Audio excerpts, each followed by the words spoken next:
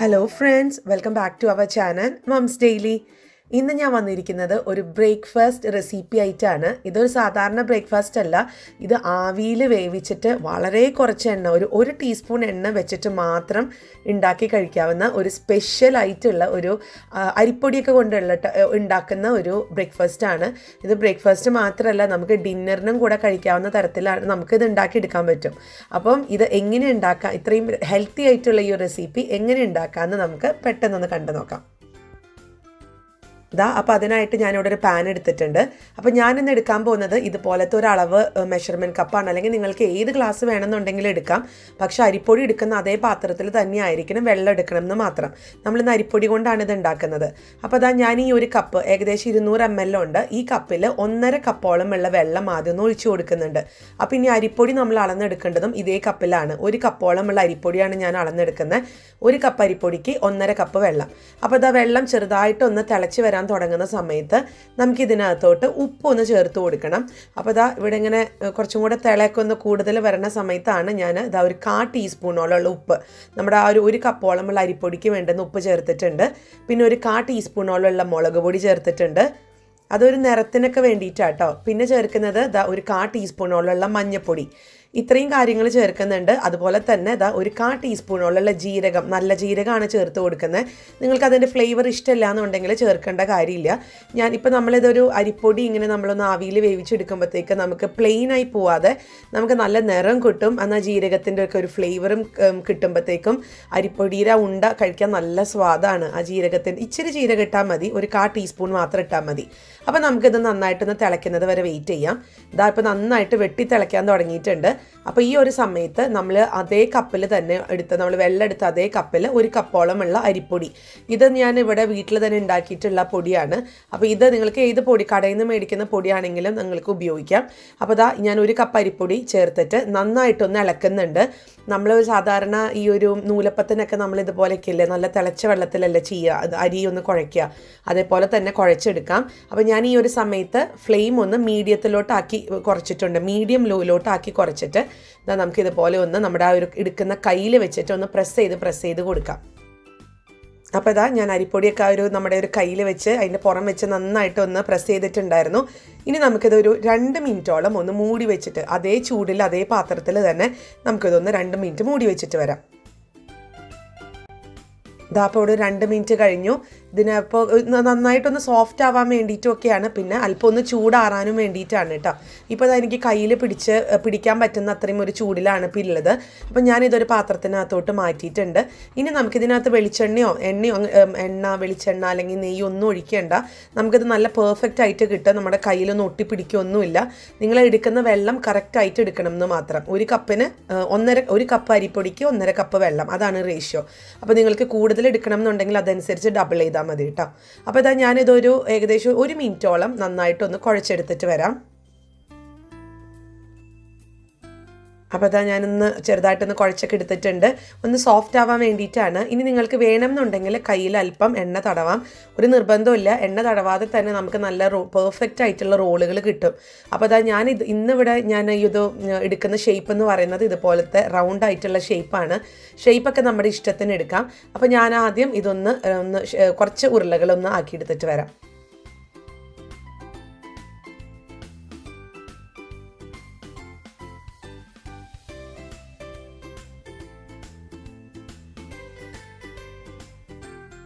ഇപ്പോൾ ഞാൻ കുറച്ചൊക്കെ ഉരുളകളാക്കി വെച്ചിട്ടുണ്ട്. പിന്നെ ഇത് തന്നെ നമുക്ക് പല ഷേപ്പിലും ഉണ്ടാക്കാം. ഇപ്പം ഞാൻ കണ്ടിട്ടുണ്ട് ചില ആൾക്കാർ ഇതേപോലെ നമ്മൾ കട്ട്ലേറ്റ് ഉണ്ടാക്കുന്നത് പോലെ ഉള്ള ഷേപ്പ് ഉണ്ടാക്കും. പിന്നെ ചില ആൾക്കാർ കട്ട്ലേറ്റിൻ്റെ പോലത്തെ ഉണ്ടാക്കിയിട്ട് അതിൻ്റെ ഫ്രണ്ടിലും ബാക്കിലൊക്കെ ഇങ്ങനെ ഒരു കുഴി ഇങ്ങനെ ചെറുതായിട്ട് കൊടുക്കും. ഇതൊക്കെ കാണാൻ നല്ല ഭംഗിയാണ്. ആവിയിലൊക്കെ വെന്ത് വരുമ്പോഴത്തേക്കും ഒരു വെറൈറ്റി അല്ലേ, നമുക്ക് കഴിക്കുമ്പോഴൊക്കെ കാണാൻ ഭംഗിയുള്ളതൊക്കെ. പിന്നെ അതുപോലെ തന്നെ ഇതുപോലെ നീളനാക്കി എടുക്കാൻ പറ്റും. നമുക്കിങ്ങനെ ഇതുപോലെ ഒന്ന് പിരിച്ച് എടുക്കാൻ പറ്റും. അപ്പോൾ അതൊക്കെ നമ്മുടെ ഇഷ്ടത്തിനനുസരിച്ച് ചെയ്യാം. അപ്പോൾ ഞാൻ എന്തായാലും ഇപ്പോൾ ഇവിടെ റോളുകളാക്കി ബാക്കിയുള്ളതും കൂടെ ഒന്ന് എടുത്തിട്ട് വരാം.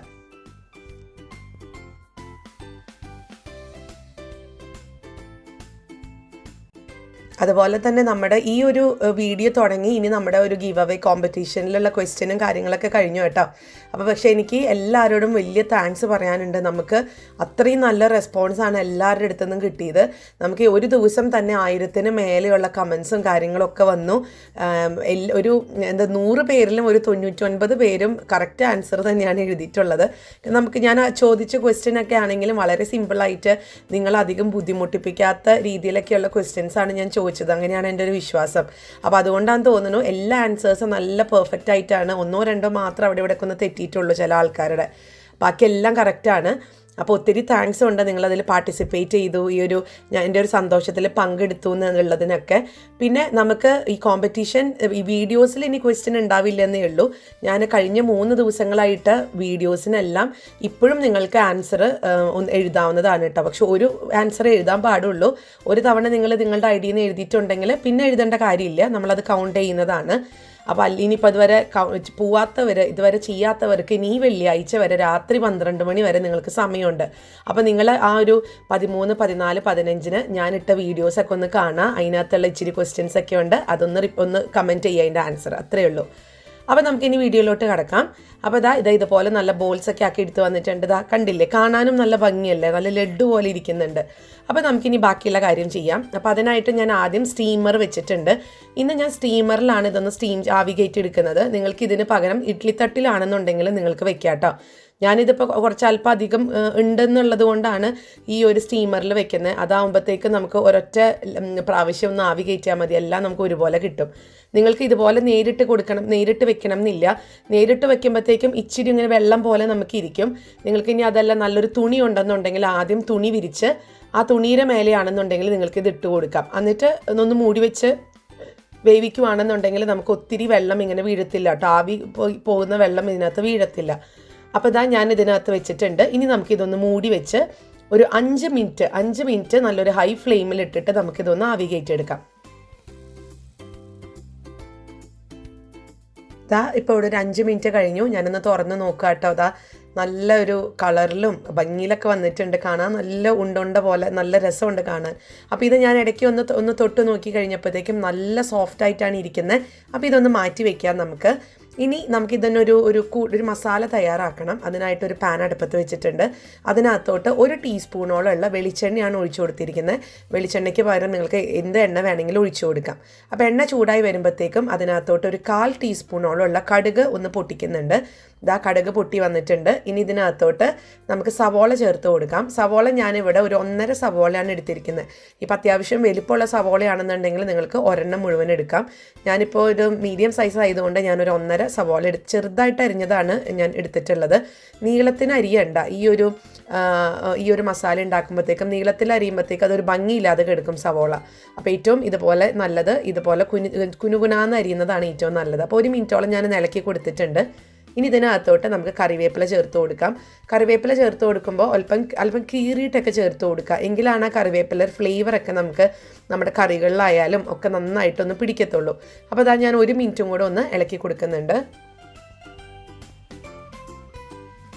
അടുത്തത് ഇതിനകത്തോട്ട് ഞാൻ ചേർക്കുന്നത് പച്ചമുളകാണ്. ഒരു പച്ചമുളക് നടുവേ കീറിയത് ചേർക്കുന്നുണ്ട്. അല്ലെങ്കിൽ നിങ്ങളുടെ എരിവിനനുസരിച്ച് ചേർക്കാം. പിന്നെ ഞാനൊരു 1/4 കഷ്ണം ക്യാരറ്റാണ് എടുത്തിരിക്കുന്നത്. അതിങ്ങനെ നീളത്തിൽ അരിഞ്ഞിട്ടാണ് ചേർത്തിരിക്കുന്നത്. നിങ്ങൾക്ക് നീളത്തിൽ അരിഞ്ഞതിന് പകരം ചെറുതായിട്ട് അരിയും ചെയ്യാം. പിന്നെ നമുക്കിതിനകത്ത് ഈ ഒരു സവോള അതുപോലെ ഇപ്പോൾ നമ്മളിട്ടിരിക്കുന്ന ക്യാരറ്റൊക്കെ നമ്മൾ ചേർക്കുമ്പോൾ മീഡിയം ഹൈ ഫ്ലെയിമിൽ ഇട്ടിട്ട് വേണം ചെയ്യാനായിട്ട്. നമുക്ക് ഇത് സാധാരണ മസാല ഉണ്ടാക്കുന്നത് പോലെ മസാല ഒത്തിരി കുഴയേണ്ട കാര്യമൊന്നുമില്ല. സവോള ഇങ്ങനെ കുഴഞ്ഞ് വരേണ്ട കാര്യമില്ല.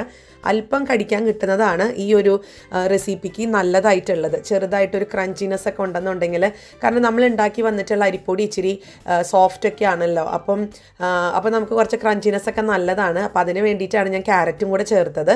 സവോളയാണെന്നുണ്ടെങ്കിലും അല്പം കടിക്കാൻ കിട്ടുന്ന ഒരു പരുവം അങ്ങനെയാണ് വേണ്ടിയത്. അപ്പോൾ അതിന് മീഡിയം ഫ്ലെയിം ഇട്ടാൽ മതി. നമ്മൾ ഒത്തിരി ലോ ഇട്ട് കഴിഞ്ഞെന്നാൽ സവോളയൊക്കെ അങ്ങനെ ഉടയാൻ തുടങ്ങും. അപ്പോൾ അതാ ഞാനിപ്പോൾ ചേർത്തിട്ടുള്ളത് തേങ്ങയാണ്. ഒരു 1/4 കപ്പോളമുള്ള ചെറുകിയ തേങ്ങ ചേർത്തിട്ടുണ്ട്. എന്നിട്ടൊന്ന് 1 മിനിറ്റോളം മിക്സ് ചെയ്തു. ഇപ്പം ഞാൻ ചേർത്ത് കൊടുത്തിട്ടുള്ളത് തക്കാളിയാണ്. ഞാനിവിടെ ഒരു തക്കാളിയാണ് ചേർത്തിരിക്കുന്നത്. ഇത് വലിയ പുളിയൊന്നും ഇല്ലാത്ത തക്കാളിയാണ്. അതൊക്കെ നിങ്ങളുടെ ഇഷ്ടത്തിന് ചേർക്കാം കേട്ടോ. തക്കാളി കൂടുതൽ ഇഷ്ടമുള്ള ആൾക്കാർക്ക് കൂടുതൽ ചേർക്കാം. ഞാനിപ്പോൾ ഒരെണ്ണേ ചേർത്തിട്ടുള്ളൂ. എന്നിട്ട് ഞാൻ 1 മിനിറ്റോളം ഞാനൊന്ന് ഇളക്കി കൊടുത്തിട്ടുണ്ട്. ഇനി അതിനകത്തോട്ട് ആവശ്യത്തിനുള്ള ഉപ്പും കൂടെ ചേർത്ത് കൊടുക്കുന്നുണ്ട്. നമ്മൾ ഇതുവരെ ഇതിനകത്ത് ഉപ്പിട്ടിട്ടില്ല. പക്ഷെ ഉപ്പിടുമ്പോൾ ശ്രദ്ധിക്കുക, നമ്മൾ ഓൾറെഡി നമ്മൾ ആ ഒരു അരിയുടെ ആ ഒരു കൂട്ടിനകത്ത് ഉപ്പിട്ടിട്ടുണ്ടായിരുന്നു. അപ്പോൾ അതും കൂടെ മനസ്സിൽ കണ്ടിട്ട് വേണം ഇവിടെ ഉപ്പിടാൻ, അല്ലെങ്കിൽ ഉപ്പ് ഒത്തിരി കൂടിപ്പോവും. ഇനി നമുക്കിത് നന്നായിട്ടൊന്ന് മിക്സ് ചെയ്യാം. അതിനുശേഷം നമുക്ക് തക്കാളി ഒന്ന് ഉടയാൻ വേണ്ടിയിട്ട് തക്കാളി ഒന്ന് മൂടി വെച്ചിട്ട് നമുക്ക് 1 മിനിറ്റ് ഒന്ന് വേവിക്കാം. ഇത് പെട്ടെന്ന് തന്നെ ആയി കിട്ടും കേട്ടോ. നിങ്ങൾ വിചാരിക്കുന്ന പോലെ ഒത്തിരി സമയമൊന്നും എടുക്കുന്ന കാര്യമല്ല. നമ്മൾ മീഡിയം ഹൈ ഫ്ലെയിമിലാണ് വെക്കുന്നത് എന്നുള്ളത് കൊണ്ട് തന്നെ പെട്ടെന്ന് നമുക്ക് ആയി കിട്ടും. അപ്പോൾ അതാ ഞാനൊന്ന് മൂടി വെച്ചിട്ടുണ്ട്. ഇതപ്പോൾ ഇവിടെ 1 മിനിറ്റ് കഴിഞ്ഞു. ഞാനൊന്ന് തുറന്ന് നോക്കുക. കണ്ടോ, നമ്മുടെ തക്കാളിയൊക്കെ ചെറുതായിട്ട് ഉടഞ്ഞു വരാൻ തുടങ്ങിയിട്ടുണ്ട്. നമുക്ക് ഒത്തിരി ഒന്നും ഉടയ്ക്കേണ്ട കാര്യമില്ല, അന്നേരം ഒത്തിരി മസാല കുഴഞ്ഞു പോവും. അപ്പോൾ ചെറുതായിട്ടൊന്ന് ജസ്റ്റ് ഒന്ന് ഒതുങ്ങി കിട്ടിയാൽ മാത്രം മതി. ഇനി നമുക്ക് ഇതിനകത്തോട്ട് മസാലപ്പൊടി ചേർക്കാനുണ്ട്. ഒത്തിരി കാര്യമായിട്ടൊന്നുമില്ല. ഞാൻ ഇതിനകത്തോട്ട് ഇപ്പം ആദ്യം ചേർക്കാൻ പോകുന്നത് 1 ടീസ്പൂണോളമുള്ള കശ്മീരി ചില്ലി പൗഡറാണ് ചേർത്ത് കൊടുക്കുന്നത്. പിന്നെ ചേർക്കുന്നത് 1/4 ടീസ്പൂണോളമുള്ള ഗരം മസാലപ്പൊടിയാണ്. ഈ 2 പൊടികൾ മാത്രമേ ചേർക്കുന്നുള്ളൂ. ഗരം മസാല ആ ഒരു ഫ്ലേവർ കിട്ടാൻ വേണ്ടി, ഒരു പ്രത്യേക ഒരു ഇറച്ചി ഫ്ലേവർ കിട്ടാൻ വേണ്ടിയിട്ടാണ്. ഇതിന് പകരം നിങ്ങൾക്ക് കുരുമുളക് പൊടി ഉണ്ടെന്നുണ്ടെങ്കിൽ അങ്ങനെയും ചേർത്ത് കൊടുക്കാം. ഇനി മീറ്റ് മസാല ഉണ്ടെന്നുണ്ടെങ്കിൽ അല്പം 1/4 ടീസ്പൂണോളമുള്ള മീറ്റ് മസാലയോ ചിക്കൻ മസാലയോ ചേർത്ത് കൊടുക്കാം. അപ്പോൾ ഇനി നമുക്ക് ലോ ഫ്ലെയിമിലാണ് മസാലപ്പൊടികളൊക്കെ ചേർക്കുമ്പോൾ നമ്മൾ വെക്കേണ്ടത്. എന്നിട്ട് നമുക്ക് നന്നായിട്ട് ആ ഒരു മസാലയുടെ ഒരു പച്ചമണമൊക്കെ മാറുന്നത് വരെ ഒന്ന് ഇളക്കിയെടുത്തിട്ട് വരാം. ഞാനിന്നിപ്പോൾ ഇതൊരു സ്നാക്ക് ടൈമിലാണ്, ഒരു 4 മണി നേരത്താണ് ഇവർക്ക് കൊടുക്കുന്നത്. അപ്പോൾ അതുകൊണ്ട് ഞാൻ ഒത്തിരി ഒരു ചാറ് പോലെ ഒന്നും എടുക്കുന്നില്ല, ഗ്രേവി ആയിട്ട് എടുക്കുന്നില്ല. നിങ്ങൾക്ക് ഇനി ഗ്രേവി ആയിട്ട് വേണമെന്നുണ്ടെങ്കിൽ നിങ്ങൾക്ക് അല്പം ചൂടുവെള്ളം ഇതിനകത്ത് ഇപ്പോൾ ഒഴിച്ചു കൊടുത്തിട്ട് മൂടി വെച്ച് ഒരു 2 മിനിറ്റും കൂടെ ഒന്ന് തിള വരുന്നത് വരെ ഒന്ന് വെയിറ്റ് ചെയ്ത് കഴിഞ്ഞാൽ നമുക്ക് അല്പം ചാറൊക്കെ ആയിട്ട് ഒരു ഡിന്നർ പരുവത്തിനൊക്കെ നമുക്ക് കഴിക്കാൻ പറ്റും. ഞാനിന്നിപ്പോൾ ഒരു സ്നാക്ക് പോലെയാണെന്ന് ഞാൻ പറഞ്ഞല്ലോ. അപ്പോൾ അതുകൊണ്ട് ഇങ്ങനെ സ്പൂണിൽ കോരി കഴിക്കാവുന്ന രീതിയിലാണ് ഞാനിന്ന് ഉണ്ടാക്കുന്നത്.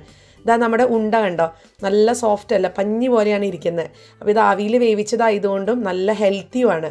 അപ്പോൾ ഇനി ഈ ഉണ്ടകൾ നമ്മൾ ഈ ഒരു മസാലയ്ക്കകത്തോട്ട് ഇട്ടിട്ട് നന്നായിട്ടൊന്ന് ഇളക്കിയെടുക്കുക. അപ്പോൾ ഈ ഒരു മസാലയിലൊക്കെ നന്നായിട്ട് ഈ അരിയുണ്ടൊക്കെ മിക്സ് ആയിട്ടുണ്ട്. ഇനി ഇതിനകത്തോട്ട് ഞാനൊരു 3 ടേബിൾ സ്പൂണോളമുള്ള തേങ്ങ ഒന്ന് മാറ്റി വെച്ചിട്ടുണ്ടായിരുന്നു. അതും കൂടി ഇതിൻ്റെ മേലെ ഒന്ന് ഇട്ട് കൊടുക്കുന്നുണ്ട്. അത് കുറച്ചും കൂടെ ഫ്ലേവർ കൂട്ടും.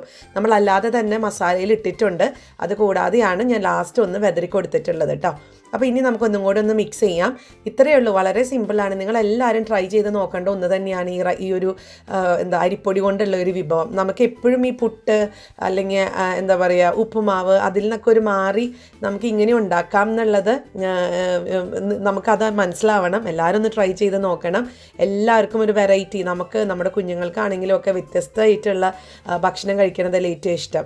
അപ്പോൾ ഞാൻ അല്പം മല്ലിയിലും കൂടെ ഞാൻ വെതറി കൊടുത്തിട്ടുണ്ടായിരുന്നു, കുറച്ചും കൂടെ കളർഫുൾ ആവാനായിട്ട്. മല്ലിയിലേക്ക് പകരം നിങ്ങൾക്ക് കറിവേപ്പില ചേർത്ത് കൊടുക്കാം, അതൊക്കെ നമ്മുടെ ഇഷ്ടമാണ്. അപ്പോൾ ഞാനതൊന്ന് തുറക്കാം കേട്ടോ. കണ്ടോ, ഉള്ളൊക്കെ നല്ല സോഫ്റ്റ് ആയിട്ടാണ് ഇരിക്കുന്നത്. ഇതിനകത്ത് പ്രത്യേകിച്ച് കാര്യമൊന്നുമില്ല. അരിപ്പൊടി വെച്ച് വ്യത്യസ്തമായിട്ടുള്ള രീതിയിലൊരു ബ്രേക്ക്ഫാസ്റ്റ് ഉണ്ടാക്കി, അത്രയേ ഉള്ളൂ കേട്ടോ. അപ്പോൾ നിങ്ങളെല്ലാവർക്കും ഇത് ഇഷ്ടപ്പെട്ടു എന്ന് ഞാൻ വിചാരിക്കുന്നു. ഇഷ്ടപ്പെട്ടിട്ടുണ്ടെങ്കിൽ ലൈക്ക് ചെയ്യാനും ഷെയർ ചെയ്യാനും കമൻറ്റ് ചെയ്യാനും ഒന്നും മറക്കരുത്. അതോടൊപ്പം തന്നെ നമ്മുടെ ഈ ചാനൽ നിങ്ങൾ ആദ്യമായിട്ടാണ് കാണുന്നതെങ്കിൽ സബ്സ്ക്രൈബ് ചെയ്യാനും മറക്കരുത് കേട്ടോ. അപ്പോൾ അടുത്തൊരു വീഡിയോ ആയിട്ട് ഉടനെ കാണാം. അൻറ്റിൽ ദെൻ ബൈ.